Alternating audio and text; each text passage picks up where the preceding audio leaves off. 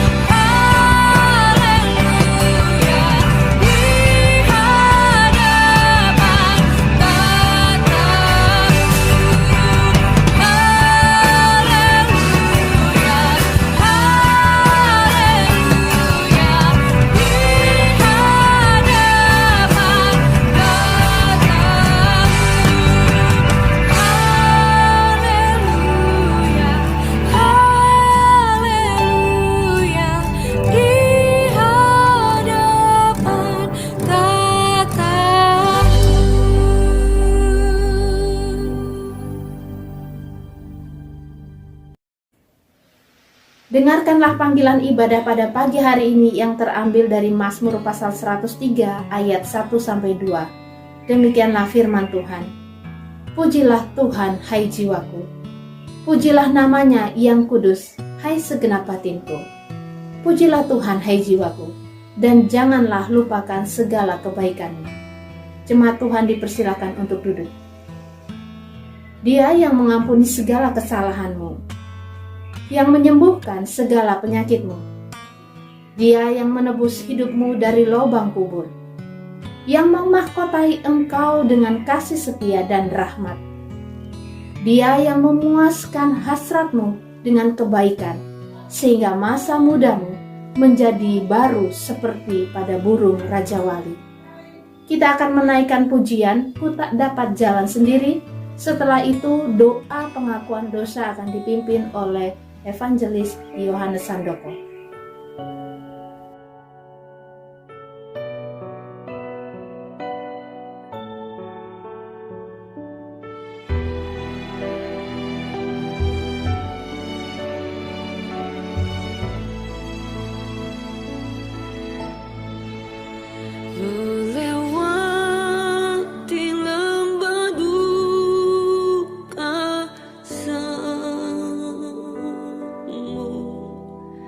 Jalanku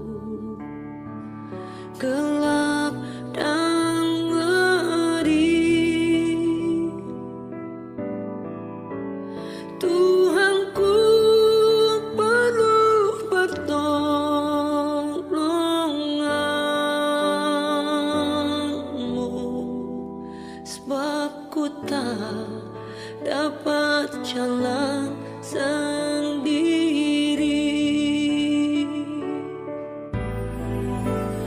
Ku tak dapat jalan sendiri. Tuhan, tolonglah aku. Biarlah sinarmu menerangiku, sebab ku tak dapat jalan sendiri.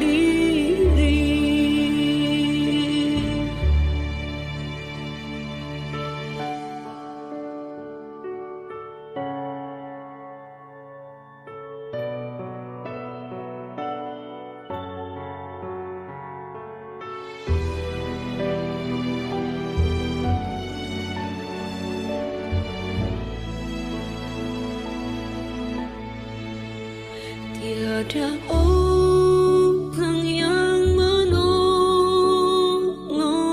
daku.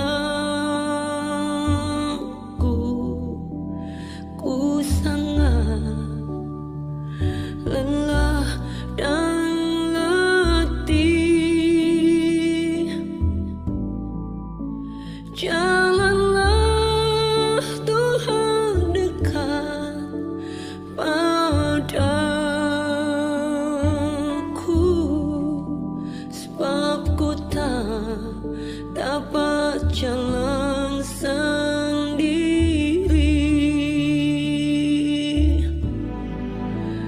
Ku tak dapat jalan sendiri.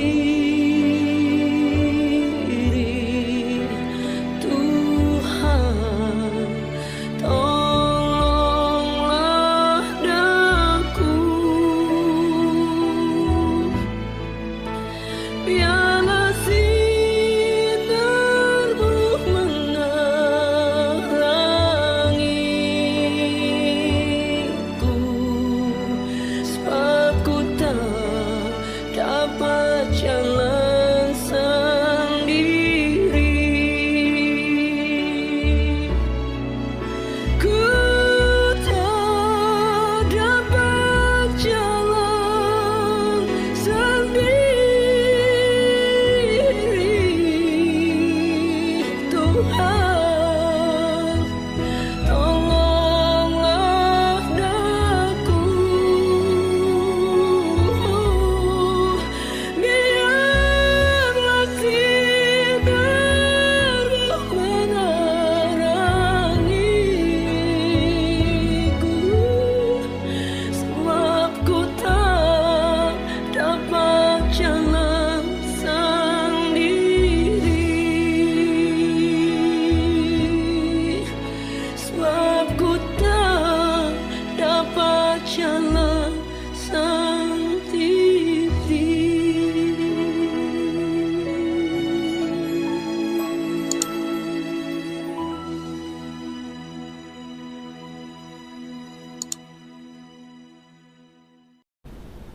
Mari saudara, kita akan masuk di dalam doa pengakuan dosa. Bapa yang di sorga, pada hari ini kami kembali datang kepadamu Tuhan. Kami bersyukur Engkau mengundang setiap kami untuk kami datang ke dalam ibadah ini, untuk kami boleh memuji dan memuliakan nama Tuhan. Kami juga menyadari Tuhan bahwa kami seringkali melakukan perbuatan-perbuatan yang berdosa dan mengecewakan hati Tuhan. Kami pun juga di dalam kehidupan kami mengecewakan hati sesama kami. Tuhan, tolonglah kami. Untuk ibadah ini kami mengaku dosa dan kesalahan kami. Kami mengakui kami adalah orang-orang yang berdosa. Kami mengakui bahwa kami tidak bisa melakukan apapun juga kalau tanpa Tuhan. Karena itu Tuhan, kami mohon kepadamu, kiranya Roh Kudus-Mu mengampuni setiap dosa dan kesalahan kami, dan Roh Kudus itulah yang memimpin setiap kami untuk kami terus bertumbuh menjadi orang benar dan tetap ada di dalam kebenaran itu. Di dalam nama Tuhan Yesus kami berdoa. Amin. Berbahagialah setiap kita yang telah mengaku dosanya dengan segenap hati di hadapan Tuhan. Karena kepada kitalah telah disediakan anugerah pengampunan dosa, seperti yang tertulis di dalam Roma pasal yang ketiga, ayat 23 sampai ayat yang ke-24. Karena semua orang telah berbuat dosa dan telah kehilangan kemuliaan Allah, dan oleh kasih karunia telah dibenarkan dengan cuma-cuma karena penebusan dalam Kristus Yesus. Di dalam damai dengan Allah dan manusia, sekarang dengarkanlah firman Tuhan yang menjadi petunjuk hidup baru buat kita sekalian, sebagaimana terambil dari Mazmur pasal 3 ayat 4 sampai ayat yang ke-5. Demikianlah firman Tuhan. Tetapi Engkau Tuhan adalah perisai yang melindungi aku. Engkaulah kemuliaanku dan yang mengangkat kepalaku. Dengan nyaring aku berseru kepada Tuhan, dan Ia menjawab aku dari gunungnya yang kudus. Mari saya undang bangkit berdiri. Bersama-sama dengan orang percaya di segala tempat dan abad, kita mengikrarkan iman kita seturut dengan pengakuan iman rasuli. Pengakuan iman rasuli. Aku percaya kepada Allah, Bapa yang Maha Kuasa, Khalik langit dan bumi, dan kepada Yesus Kristus, anaknya yang tunggal Tuhan kita, yang dikandung dari Roh Kudus, lahir dari anak darah Maria, yang menderita sengsara di bawah pemerintahan Pontius Pilatus, disalibkan, mati, dan dikuburkan, turun ke dalam kerajaan maut. Pada hari yang ketiga, bangkit pula dari antara orang mati, naik ke surga, duduk sebelah kanan Allah, Bapa yang Maha Kuasa. Dan dari sana Ia akan datang untuk menghakimi orang yang hidup dan yang mati. Aku percaya kepada Roh Kudus, gereja yang kudus dan am, persekutuan orang kudus, pengampunan dosa, kebangkitan tubuh, dan hidup yang kekal. Amin. Bangkitlah Tuhan, tolonglah aku, ya Allahku. Ya, Engkau telah memukul rahang semua musuhku dan mematahkan gigi orang-orang fasik. Dari Tuhan datang pertolongan, berkat-Mu atas umat-Mu. Untuk mempersiapkan hati, kita akan mendengarkan firman Tuhan. Mari kita pujikan di badai topan dunia.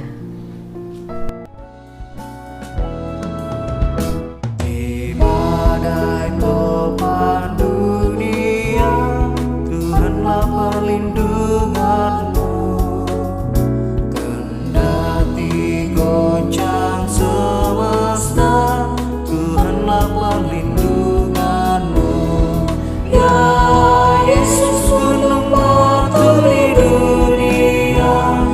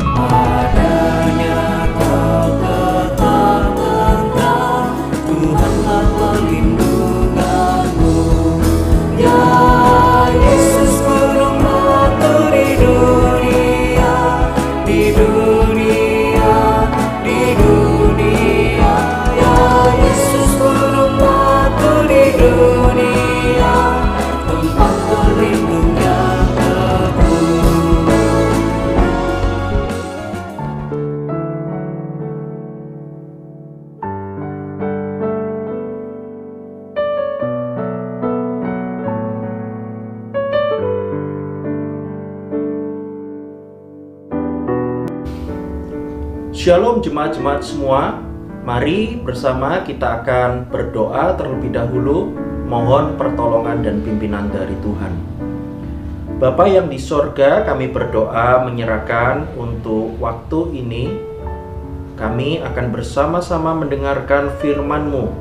Tolonglah setiap kami Tuhan dengan kuasa Roh Kudus-Mu, sehingga kami mampu mengerti, kami dapat belajar melaksanakan di dalam kehidupan kami.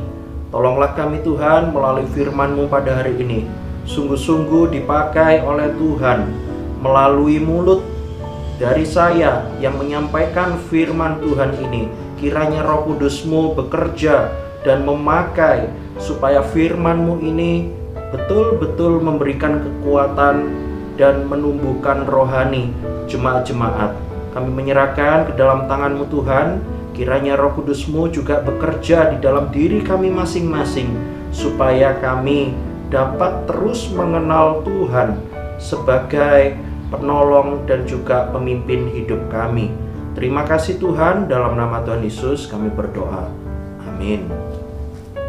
Mari saudara, hari ini kita akan merenungkan satu tema yang saya berikan judul sesuai dengan Mazmur 3 ayat 9 nanti. From the Lord comes deliverance. Dari Tuhan datang pertolongan. Mari kita melihat Mazmur pasal 3. Mazmur pasal yang ketiga, saya akan membacakan bagi kita semuanya. Mazmur Daud, ketika ia lari dari Absalom anaknya. Ya Tuhan, betapa banyaknya lawanku. Banyak orang yang bangkit menyerang aku. Banyak orang yang berkata tentang aku, baginya tidak ada pertolongan daripada Allah. Tetapi Engkau Tuhan adalah perisai yang melindungi aku. Engkaulah kemuliaanku dan yang mengangkat kepalaku. Dengan nyaring aku berseru kepada Tuhan, dan Ia menjawab aku dari gunungnya yang kudus. Aku membaringkan diri lalu tidur. Aku bangun sebab Tuhan menopang aku. Aku tidak takut kepada puluhan ribu orang yang siap mengepung aku. Bangkitlah Tuhan, tolonglah aku ya Allahku. Ya, Engkau telah memukul rahang semua musuhku dan mematahkan gigi orang-orang fasik. Dari Tuhan datang pertolongan, berkat-Mu atas umat-Mu. Ayat 9 tadi yang menjadi judul khotbah pada hari ini. From the Lord comes deliverance. Dari Tuhan datang pertolongan. Saudara, sekitar 1,5 tahun yang lalu, tepatnya di bulan Januari tahun 2020, diceritakan ada seseorang yang resign atau memilih keluar dari tempat pekerjaannya. Berganti tahun, di tahun 2020 tersebut, seorang pegawai memutuskan untuk keluar. Dia lapor kepada bosnya, "Bos, papa dan mama saya sudah meninggal." Dan dia memberikan warisan sejumlah tanah persawahan. Itu sudah berhasil dijual dan uangnya saya mau pakai untuk membuka restoran usaha saya sendiri. Lalu bosnya bilang, "Yakin kamu mau keluar?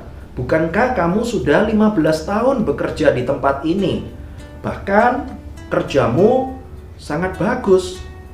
Melalui pekerjaanmu perusahaan ini dapat meraih sejumlah keuntungan." Lalu pegawai ini kembali mengucapkan kata-kata kepada bosnya, "Bos, saya yakin saya mau maju. Saya yakin bahwa setiap rencana yang sudah saya susun selama 6 bulan ini pasti akan berhasil.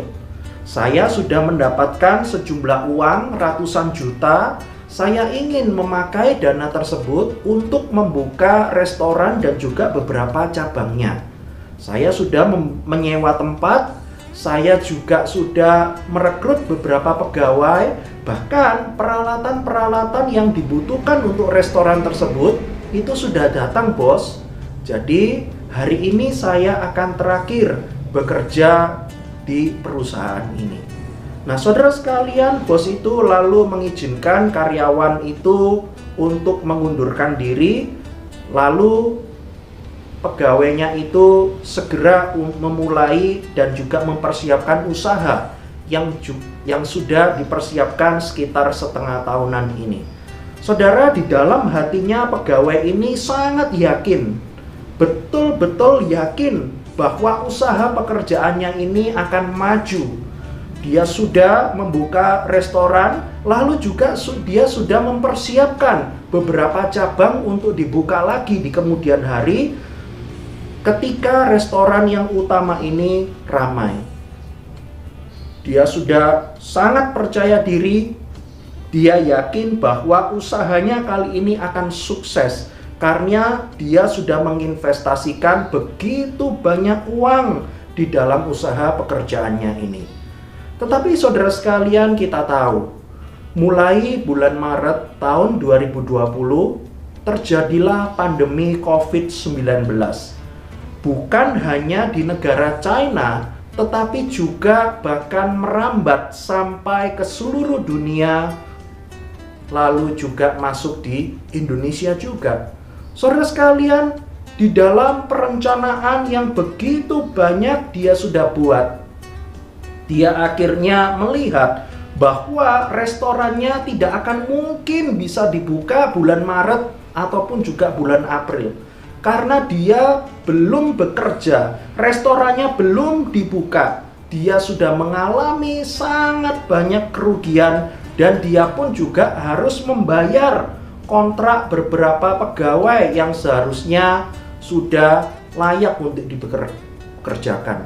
Saudara sekalian, melihat kondisi ini, bos dari perusahaan tersebut akhirnya menelepon untuk menanyakan kabar bagaimana keadaan dan juga usaha dari mantan karyawannya tersebut. Bosnya tanya, bagaimana? Sudah ramai atau belum restoranmu? Lalu karyawan ini menjawab, bos, boro-boro sudah dibuka. Belum dibuka saja sudah rugi. Uang hasil penjualan tanah persawahan yang dulu sudah dipersiapkan sekarang sudah habis. Bahkan saya harus menanggung beberapa ratus juta untuk menanggung hutang kepada pihak bank. Saudara sekalian, mungkin kita tidak menyadari ada begitu banyak orang-orang yang dengan rasa optimis, dengan penuh perencanaan yang begitu matang ketika memasuki tahun 2020.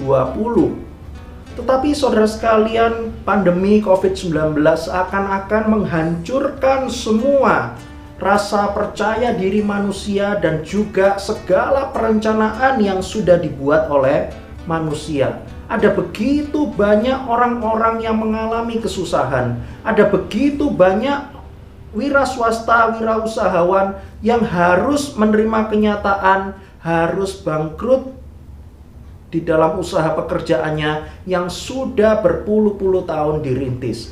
Ada begitu banyak orang-orang yang mengalami kesusahan ataupun juga kelaparan.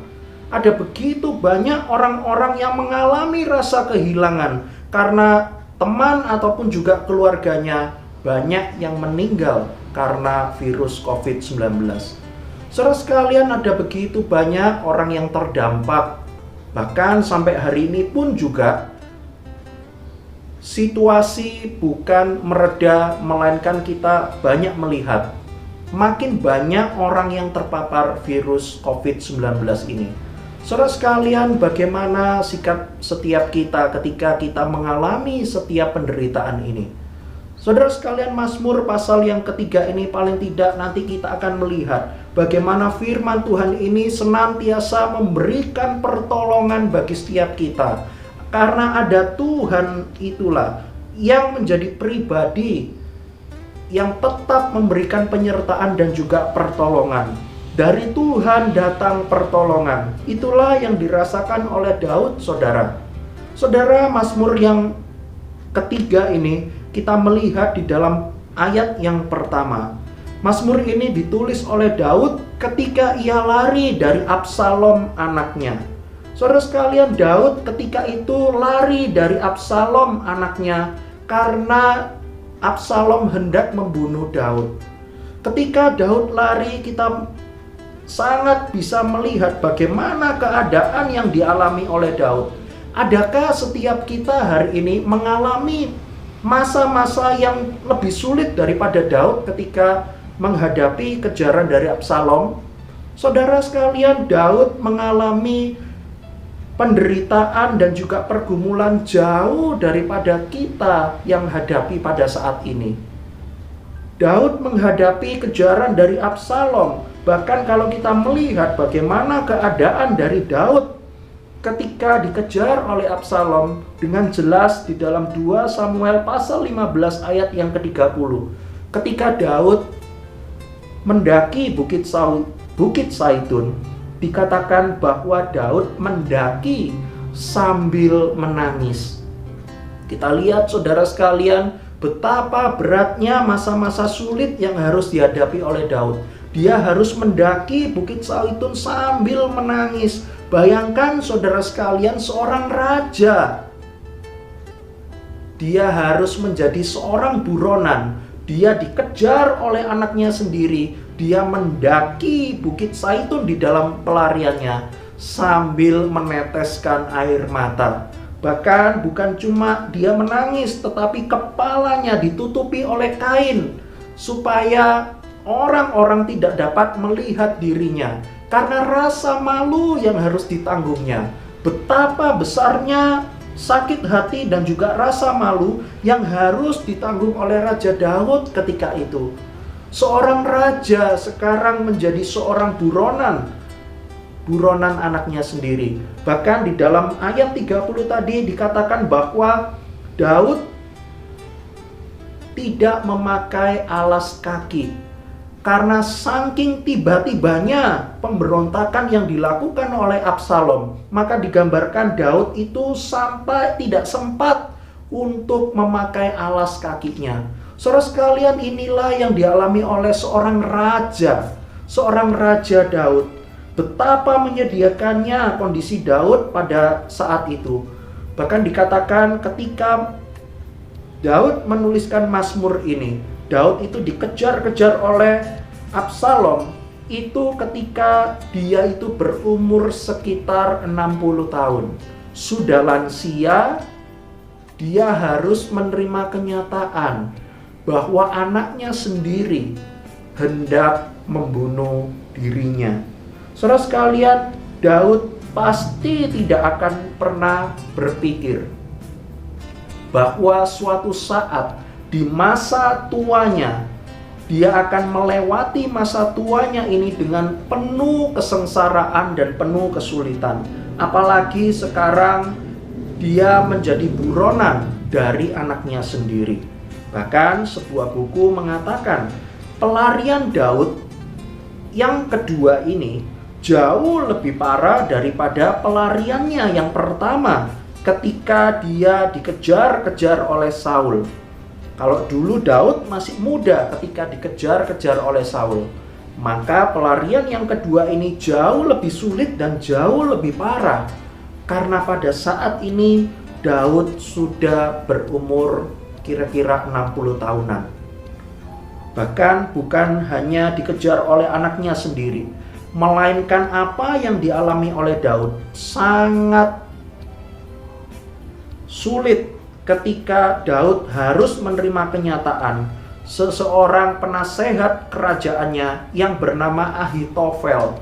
Ahitofel pun juga lebih membela Absalom daripada membela dirinya. Bahkan ada 12.000 pasukan Daud yang juga ikut berkhianat kepada Daud. Saudara sekalian, bayangkan seorang Ahitofel yang merupakan seorang penasehat kerajaan yang sangat dekat dengan Daud, dia pun juga berkhianat kepada Daud. Dia mengajak 12.000 pasukannya untuk mengejar Daud. Saudara sekalian, melalui kondisi yang sangat kritis ini yang dialami oleh Raja Daud, apakah akhirnya Daud ketika menghadapi hal ini meninggalkan Tuhan? Saudara sekalian, Mazmur yang ketiga dengan jelas Daud tetap percaya kepada Tuhan. Mari kita melihat sekali lagi ayat 2 dan ayat yang ketiga. Dikatakan begini dalam ayat 2 dan 3. Ya Tuhan, betapa banyaknya lawanku, banyak yang bangkit menyerang aku. Banyak orang yang berkata tentang aku, baginya tidak ada pertolongan daripada Allah.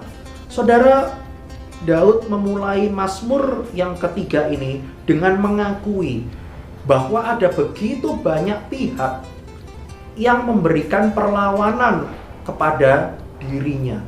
Bahkan kalau kita melihat di dalam 2 ayat ini, kata banyak itu setidaknya diulang sebanyak 3 kali. Banyak orang, banyak lawanku. Saudara sekalian, ada begitu banyak orang yang begitu membenci Daud dan begitu mengingini kematian Daud. Tetapi ada seorang pribadi yang tetap membuat Daud tidak kehilangan pengharapan dan kepercayaannya. Siapa itu? Yaitu Tuhan. Tuhan itulah yang datang untuk memberikan pertolongan kepada Daud. Hanya satu pribadi itulah yang masih menunjukkan kesetiaannya kepada Daud di tengah-tengah krisis kehidupan yang sedang dialaminya. Ada begitu banyak orang yang mengingini kematian dari Daud, tetapi ada satu pribadi, yaitu Tuhan, yang tetap memberikan pemeliharaan dan juga pertolongannya. Sehingga satu pribadi, yaitu Tuhan itulah yang kembali memberikan kekuatan dan pengharapan bagi Daud. Saudara sekalian, kalau kita melihat kisah Daud ini, tentu saja kita juga mengingat apa yang dialami oleh Martin Luther. Ketika saya melihat Mazmur yang ketiga ini, bagaimana Daud lari dari Absalom, sejarah gereja mencatat bahwa Martin Luther, seorang tokoh reformator, pun juga mengalami hal yang hampir sama. Martin Luther dipakai oleh Tuhan untuk mengadakan reformasi karena gereja Katolik pada saat itu mengajarkan hal-hal yang tidak sesuai dengan Alkitab. Tetapi saudara sekalian, ada begitu banyak orang-orang Katolik maupun juga orang-orang dari negara yang hendak membunuh Martin Luther, karena dianggap Martin Luther ini adalah seorang pengkhianat dan seorang pemberontak. Saudara sekalian, di dalam pelariannya itu pun juga Martin Luther dapat tetap percaya kepada Tuhan. Saudara, apa yang dilakukan oleh Martin Luther dan Daud ini betul-betul sangat luar biasa. Ketika Tuhan datang menolong mereka, maka mereka yakin disitulah letak kekuatan mereka, yaitu ketika Tuhan datang memberikan pertolongan. From the Lord comes deliverance. Dari Tuhan datang pertolongan. Di dalam kejaran ataupun juga di dalam pengejaran orang-orang Katolik kepada Martin Luther, di dalam masa sulitnya ini pun juga ternyata Martin Luther masih dapat mengarang sebuah lagu yang menunjukkan imannya yang besar kepada Tuhan. Allah jadi bentengku, Allah jadi bentengku. Saudara sekalian, hal yang sangat luar biasa yang Tuhan tunjukkan kepada Daud. Dan pertolongan Tuhan kepada Daud itulah yang membuat Daud tetap menunjukkan percayanya kepada Tuhan. Apa buktinya? Daud dapat mengucapkan ayat 4 dan 5. Mari kita sekarang melihat ayat 4 dan 5. Tetapi Engkau Tuhan adalah perisai yang melindungi aku. Engkaulah kemuliaanku dan yang mengangkat kepalaku. Dengan nyaring aku berseru kepada Tuhan, dan Ia menjawab aku dari gunungnya yang kudus. Saudara, ini adalah bukti bagaimana Daud tetap percaya bahwa Tuhan menyertai dia. Engkau Tuhan adalah perisai yang melindungi aku. Kalau saya melihat di dalam terjemahan bahasa Inggris, perisai ini bukan cuma melindungi Daud, tetapi mengelilingi Daud. Saudara, apa bedanya melindungi dan mengelilingi? Saudara, kalau kita melihat di film-film yang ada unsur kekerasan atau peperangannya, seorang prajurit ketika berperang membawa pedang dan membawa sebuah perisai. Coba Bapak Ibu jawab.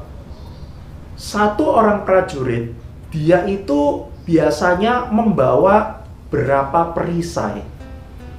Pasti kita lihat satu orang prajurit bawa satu pedang, satu perisai. Cukup. Nah, saudara sekalian, bayangkan begini. Ketika seorang prajurit itu yang membawa perisai di depannya, apakah musuh dari kanan, kiri, belakang itu masih dapat tetap menyakitinya? Bisa. Karena apa? Perisainya di depan, jadi ditutup begini. Kalau musuh dari depan masih bisa ditangkis. Tetapi kalau sebelah kanan, sebelah kiri, apalagi belakang yang tidak kelihatan, apakah tetap bisa menyerang atau menyakiti prajurit tersebut? Jawabannya bisa. Tetapi saudara sekalian, yang dikatakan oleh Daud ini, Tuhan itu adalah perisai yang mengelilingi aku. Jadi saudara sekalian, saya bayangkan Daud itu berada di tengah-tengah. Tuhan itu yang digambarkan seperti sebuah perisai, itu mengelilingi Daud, sehingga musuh dari arah manapun juga tidak akan dapat menyakiti Daud. Saudara sekalian, inilah bukti iman yang dimiliki oleh Daud. Di tengah-tengah krisis kehidupan yang harus dialami oleh Daud, Daud tetap percaya kalau ada Tuhan yang mengelilingi Daud. Saudara sekalian, pertolongan Tuhan bagi Daud itu seperti perisai, sehingga dia tetap terlindungi. Lalu kalau kita melihat di dalam ayat yang kelima, Tuhan menjawab Daud dari gunungnya yang kudus, menunjukkan betapa lebih besarnya Tuhan daripada apa yang sedang Daud alami. Saudara sekalian, Daud pada saat itu mengarahkan hati kepada Tuhan, bukan mengarahkan hatinya kepada masalah. Ini sangat penting untuk Daud bisa lakukan. Saudara, kita dengan jujur biasanya mengalami berbagai macam kesulitan. Lebih mudah bagi setiap kita itu mengarahkan hati kepada masalah-masalah yang tidak kunjung selesai, tetapi lupa mengarahkan hati kepada Tuhan. Dan itu pun juga yang beberapa kali saya lakukan. Ketika saya mengalami sebuah kesulitan, saya mengalami beberapa macam pergumulan, saya mengarahkan hati saya kepada masalah-masalah itu. Kenapa hal ini sangat berat? Tuhan, sampai kapan masalah ini selesai? Kok tidak berhenti-berhenti? Masalah satu belum selesai, ada masalah yang kedua. Masalah yang pertama dan kedua belum selesai, muncul lagi masalah yang ketiga. Saudara sekalian, beberapa kali saya pun juga melakukan hal yang demikian. Tetapi saudara sekalian, Daud pun mengarahkan hati kepada Tuhan, bukan kepada masalahnya. Saudara, ayat 4 dan 5 ini menolong setiap kita, bahwa ketika Tuhan memberikan pertolongannya, mari saudara, kita belajar. Walaupun jatuh bangun, walaupun pelan-pelan, tidak apa-apa. Kita datang kepada Tuhan, mengarahkan hati kepada Tuhan. Saudara, puluhan tahun yang lalu ketika saya masih kecil, saya pernah dikelilingi oleh beberapa hewan buas di sekitar saya. Nah, saudara, kalau kita melihat gambar yang saya berikan ini, paling tidak ada 4 macam hewan. Nah, hewan itu singa, harimau, lalu banteng, serigala. Kita tahu bahwa keempat jenis binatang ini adalah hewan buas. Kalau kita bertemu dengan salah seekor dari binatang ini, pasti kita akan ketakutan dan mungkin akan melarikan diri. Tetapi saudara sekalian, ada satu waktu di mana saya bertemu dengan beberapa hewan ini. Jadi bertemu dengan singa, bukan cuma satu singa, tetapi cukup banyak singa. Tetapi saya tidak takut.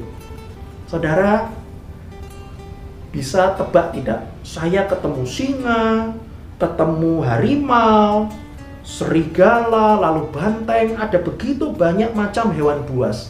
Dan jumlahnya bukan cuma satu ekor. Mengelilingi saya, betul-betul hewan asli ya. Bukan hewan seperti gambar atau di TV. Kalau itu sudah jelas kita tidak takut. Ini hewan asli. Tetapi saya tidak takut. Mengapa hal itu bisa terjadi? Karena saya bertemu dengan hewan-hewan ini di taman safari. Saya ada di dalam sebuah mobil.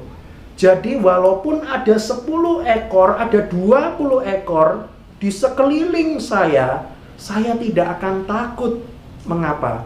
Karena saya tahu saya berada di tempat yang terlindungi. Kalaupun ada hewan begitu banyak, mungkin bukan cuma 20 ekor, tetapi mungkin 30 ekor ataupun juga lebih banyak, saya akan tetap tenang. Karena saya tahu mobil yang saya tumpangi sanggup memberikan perlindungan untuk saya. Saudara sekalian, itulah Tuhan. Ketika kita ada di dalam perlindungan Tuhan, perisai Tuhan mengelilingi kita, maka pada saat itulah ada pertolongan dan juga perlindungan supaya kita terus percaya kepada Tuhan. Dan Daud betul-betul percaya, maka di dalam ayat yang ke-6 dia bisa tidur. Saudara, ayat yang ke-6. Aku membaringkan diri, lalu tidur. Aku bangun sebab Tuhan menopang aku. Saudara, Daud percaya kepada Tuhan, maka dia bisa tidur. Saudara, tidur ini bukan berarti mengumpamakan bahwa sudah aku menyerah. Aku sudah tidak sanggup lagi menghadapi masalah ini. Bukan, saudara. Tidur di sini bukan menunjukkan menyerah, tetapi menunjukkan ia menyerahkan secara total pada Tuhan yang mengontrol hidupnya. Saudara, tanpa penyerahan total pada Tuhan, maka krisis akan mengambil damai sejahtera sehingga tidak dapat tidur dengan nyenyak. Saudara sekalian, apa yang dilakukan oleh Daud ini sebagai bentuk bahwa dia itu percaya Tuhan mengontrol kehidupannya. Dia percaya bahwa ada Tuhan yang senantiasa melindungi dia. Saudara, Mazmur yang ketiga ini adalah Mazmur yang sangat indah, mengingatkan saya dan Bapak Ibu semua untuk percaya bahwa di dalam krisis kehidupan sekalipun ada Tuhan yang datang menolong kita. From the Lord comes deliverance. Dari Tuhan datang pertolongan. Saudara, saya ingin mengakhiri khotbah ini dengan memperlihatkan gambar berikut ini. Saudara, kalau saya memperlihatkan gambar ini, apakah Bapak Ibu langsung mengerti apa maksud dari gambar ini? Ada kata-kata Dear Lord, untuk Tuhan. Lalu bawahnya ada tulisan Amin. Tetapi di tengah-tengahnya tidak ada satupun tulisan, tetapi ada air mata. Saudara sekalian, hal ini menunjukkan sebuah doa yang sangat indah. Ketika kita datang di hadapan Tuhan dengan penuh kesedihan dan hancur hati, penuh banyak kesulitan, baik itu masalah keluarga, pelayanan, ataupun juga keuangan, maka datanglah kepada Tuhan, karena hanya dari Tuhan itulah datang pertolongan. Saudara, bentuk doa seperti ini adalah doa yang sangat indah. Kita berkata-kata dengan bahasa air mata kita. Dan kita pun yakin bahwa Tuhan mengerti apa yang sedang kita alami. Saudara sekalian, firman Tuhan hari ini mengingatkan kita untuk kita terus-menerus menyerahkan diri kita kepada tangan pertolongan Tuhan. Karena hanya dari Tuhan itulah yang sanggup memberikan pengharapan supaya kita dapat bangkit dan terus maju di dalam Tuhan. From the Lord comes deliverance. Dari Tuhan datang pertolongan. Amin. Mari saudara, kita akan masuk di dalam doa. Tuhan, kami bersyukur untuk firman-Mu pada hari ini sekali lagi mengingatkan saya dan juga para jemaat. Untuk kami dapat terus menunjukkan percaya kami di dalam Tuhan. Tolonglah kami Tuhan, ketika kami mengalami kesulitan, ingatlah kami bahwa kami adalah manusia-manusia yang lemah. Kami begitu banyak memiliki keterbatasan. Karena itu Tuhan, kami mohon pertolongan dan juga penyertaan dari Tuhan. Apalagi di dalam masa pandemi ini, yang begitu banyak memberikan kesulitan bagi setiap kami. Tolong Tuhan, supaya iman kami dapat terus diarahkan ke dalam tangan Tuhan, supaya kami dapat tetap percaya dan memiliki pengharapan yang besar di dalam Tuhan. Tuhan, kami berdoa juga untuk para tenaga medis. Kami tahu Tuhan, ada begitu banyak dari mereka yang mengalami pergumulan di dalam kesehatan maupun juga di dalam pekerjaannya. Mereka tidak henti-hentinya bekerja untuk merawat pasien maupun juga mengobati pasien. Ada begitu banyak di antara mereka yang sudah terpapar virus COVID-19 ini. Kami menyerahkan ke dalam tangan-Mu untuk mereka Tuhan. Khususnya bagi mereka para tenaga kesehatan yang sudah lama tidak pulang ke rumahnya. Sudah lama tidak bertemu dengan keluarga mereka. Karena mereka harus mengutamakan pasien daripada keluarga mereka. Tuhan, tolonglah mereka Tuhan. Dimanapun mereka berada, kiranya Engkau terus memberikan penghiburan maupun juga kekuatan bagi mereka. Kami juga berdoa menyerahkan untuk pemerintah. Ada begitu banyak upaya-upaya pemerintah untuk segera mengatasi pandemi COVID-19 ini. Kami terus berdoa memberikan kesabaran untuk mereka Tuhan, supaya mereka dapat memakai jabatan mereka untuk menolong masyarakat Indonesia ini. Kami menyerahkan juga Tuhan, beberapa waktu yang lalu bahan baku untuk vaksin sudah datang kembali. Kami mohon kepadamu supaya vaksin dapat segera dibagikan kepada masyarakat-masyarakat yang belum menerima vaksin. Kami mohon kepadamu Tuhan, supaya Engkau berbelas kasihan kepada negara Indonesia ini. Ada begitu banyak orang yang terdampak di dalam kesulitan ekonomi secara khusus. Ada begitu banyak jemaat-jemaat GKT Banyuwangi ini pun juga yang terdampak karena pandemi ini. Kami mohon kepadamu Tuhan, kiranya Engkau yang memberikan pertolongan maupun juga pemeliharaan. Berikan iman yang kuat melalui saudara-saudara seiman, ataupun juga terlebih lagi melalui pemberitaan firman-Mu ini. Sungguh-sungguh boleh memberikan mereka harapan, dan mereka dapat percaya bahwa dari Tuhan datang pertolongan. Tuhan, kami menyerahkan juga untuk Sinode GKT secara khusus di dalam mengatur beberapa gereja-gereja GKT. Ada begitu banyak GKT yang mengalami kesulitan, baik itu di dalam dana operasional ataupun juga di dalam melayani. Kami mohon kepadamu Tuhan, berikan kekuatan bagi setiap jemaat-jemaat GKT ini supaya dapat terus maju menunjukkan iman dan kebenarannya di dalam Tuhan. Terima kasih Tuhan, kami serahkan ke dalam tangan-Mu untuk doa ini. Dalam nama Tuhan Yesus kami berdoa. Amin.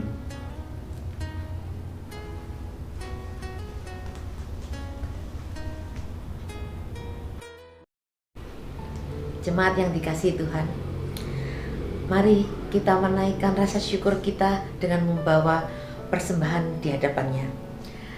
Sambil mempersiapkan persembahan kita, kita menyanyikan lagu Kasihnya Seperti Sungai.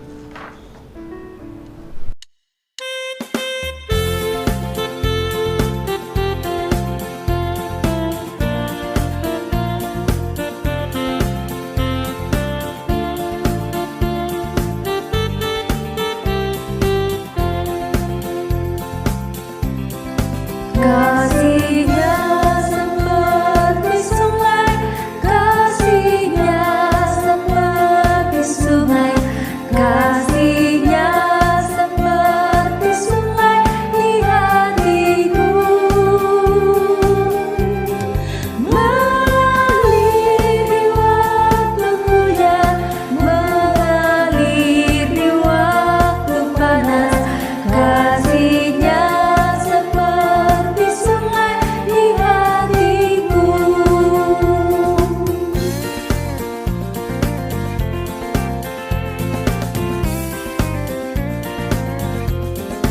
Kasihnya seperti sungai, kasihnya seperti sungai, kasihnya seperti sungai di hatiku,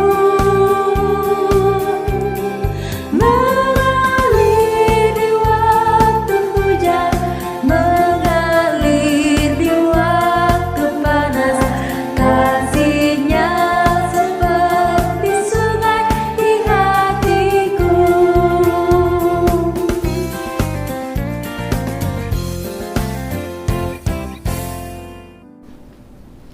Mari kita berdoa menyerahkan persembahan kita ke hadapan Tuhan.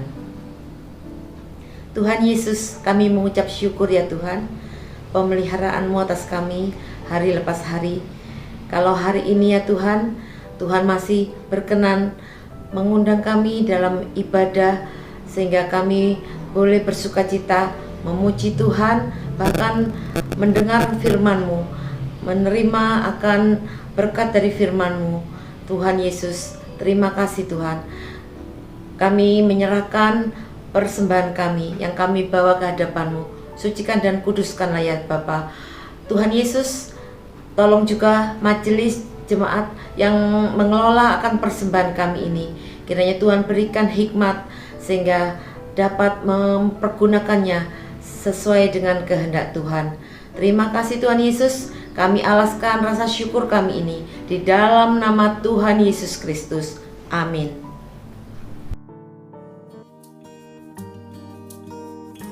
Selanjutnya kita akan mendengarkan warta Minggu 18 Juli 2021. Yang pertama, untuk jadwal pelayanan sepekan, Bapak Ibu sekalian dapat memperhatikan di grup WhatsApp GKT Banyuwangi. Yang kedua, untuk persembahan, Bapak Ibu dapat mentransfer persembahan melalui rekening BCA 18033399922 atas nama Sinode Gereja Kristus Tuhan. Yang ketiga, kami tetap mendorong Bapak Ibu sekalian untuk terus melaksanakan protokol kesehatan dengan ketat di dalam masa-masa pandemi seperti saat ini, khususnya pada masa PPKM darurat, sehingga kita semua tetap sehat dan dapat beribadah, beraktivitas dengan baik kembali. Tuhan Yesus memberkati kita semua. Saya mengundang jemaat bangkit berdiri. Kita kembalikan segala kemuliaan hanya bagi Allah Tritunggal dengan menaikkan pujian doksologi, dan berkat akan disampaikan oleh Evangelis Yohanes Handoko. Puji Allah Bapa, puji Allah Putra, puji Allah Roh Kudus,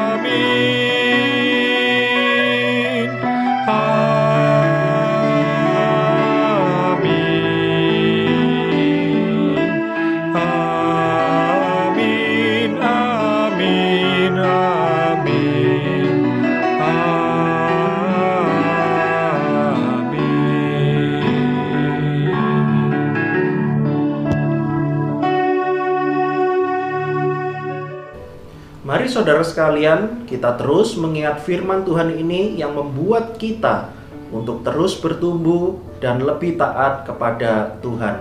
Sekarang, mari kita menerima berkat dari Tuhan.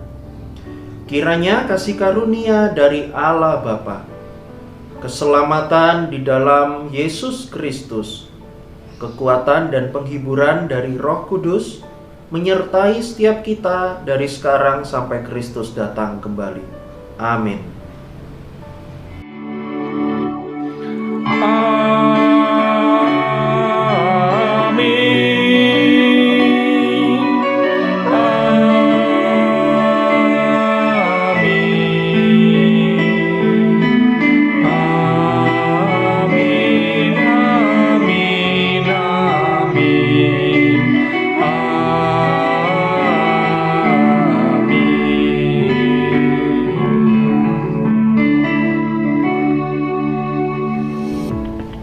Ibadah selesai. Silakan mengambil saat teduh. Selamat hari Minggu. Tuhan Yesus memberkati.